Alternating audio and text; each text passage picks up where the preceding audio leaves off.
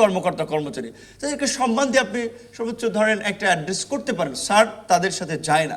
তো আমি শিক্ষকদেরকে এইভাবে সম্মান করি। আমার প্রাইমারি স্কুলের শিক্ষক আমার অফিসে এসেছিল, তারে আমি পাশে বসিয়ে, সেখানে দুটো আবার চেয়ার ছিল, বসে আমরা কথা বলি। তো শিক্ষকদের সাথে তো ছাত্রদের সম্পর্ক এই রকমের হওয়া উচিত। সেখানে ছাত্ররা কি শিক্ষকদের বস হয়ে গিয়েছেন যে তাদেরকে শপথ পড়াচ্ছেন?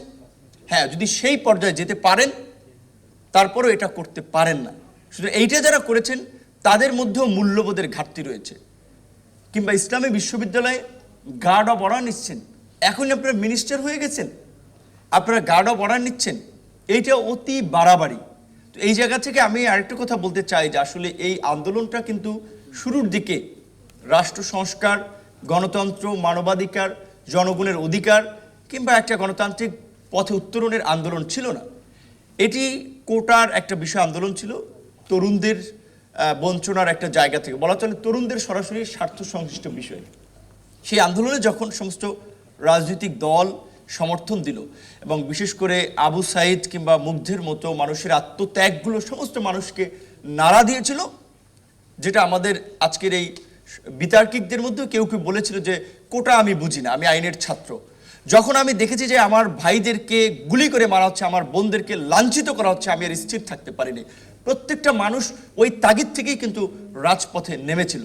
সুতরাং এই আন্দোলন যারাই করেছিল তারা একেবারে মহামানব কিংবা সমন্বয়করা একেবারেই মানে একটা অন্য লেভেলের মানুষ, এটাও ভাবার সুযোগ নেই। সবাই দোষে গুণে মিলিয়ে মানুষ।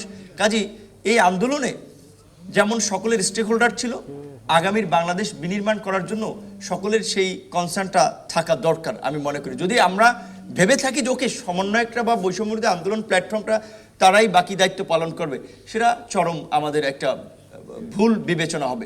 সেই জায়গা থেকে যার যার জায়গা থেকে ছাত্র, শিক্ষক, চলচ্চিত্র কর্মী, আজকে যে এফডিসিতে আমরা দাঁড়িয়ে আন্দোলন করছি, আমি 18 জুলাই গ্রেপ্তার হয়েছিলাম। আমরা জেলখানা থেকে, ডিবি কার্যালয় থেকে আমরা শুনেছিলাম আশফাক, নিপুণরা সহ চলচ্চিত্রের কিছু শিল্পীরা প্রতিবাদে নেমেছিল, শিক্ষকরা প্রতিবাদে নেমেছিল, আইনজীবীরা প্রতিবাদে নেমেছিল, সবাই তো এই আন্দোলনে আপনার ঝাঁপিয়ে পড়েছিল। সুতরাং আগামীর এই জন আকাঙ্ক্ষার কাঙ্ক্ষিত বাংলাদেশ বিনির্মাণ না হওয়া পর্যন্ত সবার মধ্যে এই প্রতিবাদের চেতনাটা জাগ্রত রাখতে হবে। সর্বশেষ একটা প্রশ্ন, এটা রাজনৈতিক প্রশ্ন। আমি বিশেষ করে নিজে চাই যে প্র্যাকটিক্যাল থাকতে, যখন যেই প্রোগ্রামে যাব সেই প্রোগ্রামের আলোকেই কথা বলতে।